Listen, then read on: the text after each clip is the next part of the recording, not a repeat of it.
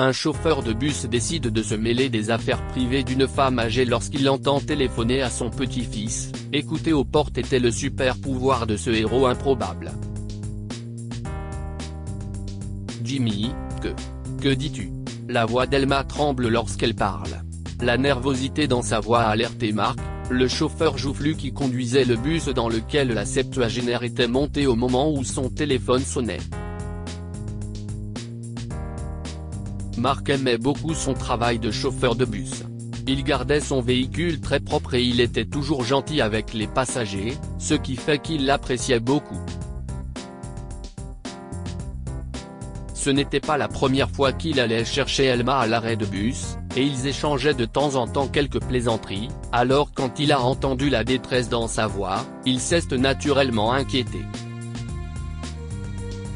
Un rapide coup d'œil au miroir central astucieusement placé lui a permis de constater qu'Elma avait également un air inquiet en continuant à parler au téléphone.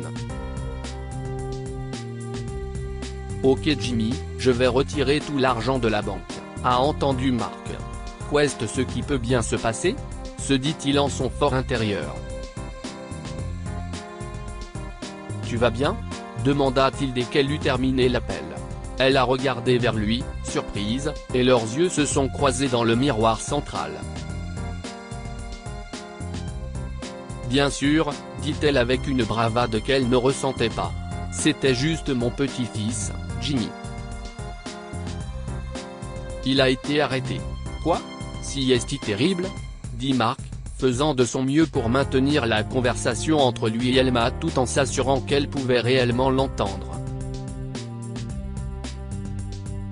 C'était une astuce qu'il avait maîtrisée pour les occasions où il voulait parfois parler à ses passagers, et elle se révélait pratique avec Elma, qui était assise directement derrière lui. Il a besoin de 35 000 $ pour être libéré sous caution en attendant le procès, mais il n'a pas cette somme, a-t-elle dit. Attendez, 35 000 pour la caution? Quel crime a-t-il commis?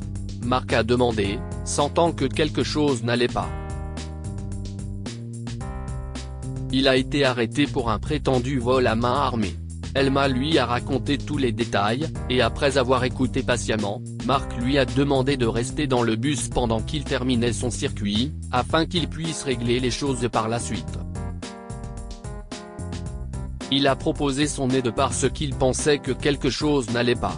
La caution pour un vol ne devrait pas coûter si cher, selon ce qui a été volé et si quelqu'un est mort ou non sur les lieux. Cela a même renforcé ses soupçons initiaux. Mark avait entendu des histoires d'escroquerie impliquant des personnes âgées, en particulier des grands-parents, comme victimes. « Je vous en serai reconnaissante », lui dit-elle. Une demi-heure plus tard, il s'installe dans un café, et Mark lui demande de rappeler le numéro utilisé par son petit-fils pour la joindre. Lorsqu'elle le fait, il prend le téléphone et écoute la voix au bout du fil, si est celle d'un homme qui dit ne pas connaître personnellement la vieille dame. Pour Mark, c'était le moment d'intervenir, et si est ce qu'il a fait. « Je pense que vous devriez appeler la police », lui dit-il poliment. « Je sais ce que vous avez entendu, mais je dois me rendre à la banque le plus rapidement possible pour retirer tout le liquide que j'ai. » Ce n'est pas 35 000 $ mais si est déjà un début, répond-elle avec véhémence.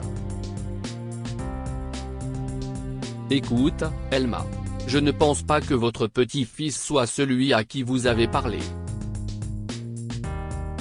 Qui que ce soit, il veut juste vous escroquer cet argent et je ne veux pas que vous tombiez dans ce piège.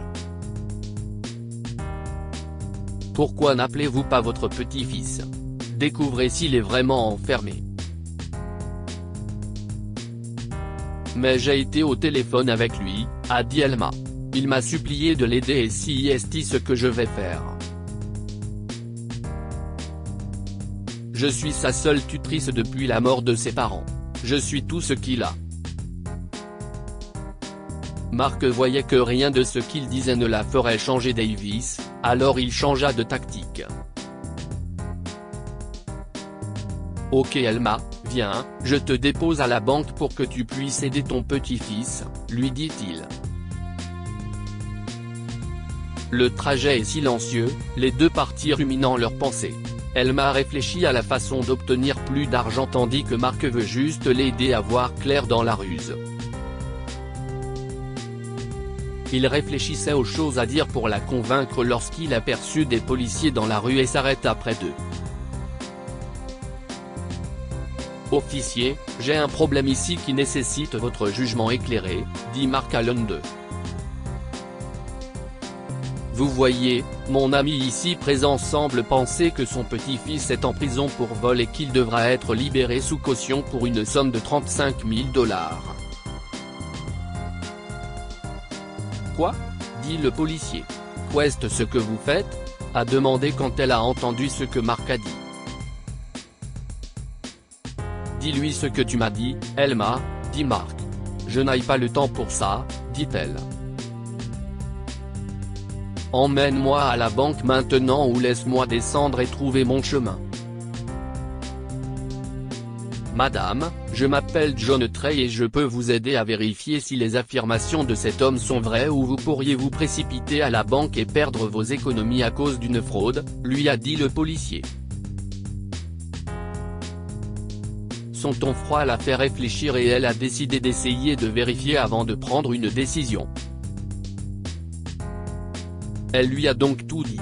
Son petit-fils était un garçon à l'esprit libre qui est devenu un homme aimant les voyages. Il lui rendait rarement visite car il était souvent loin, dans des villes lointaines, à vivre pleinement sa vie.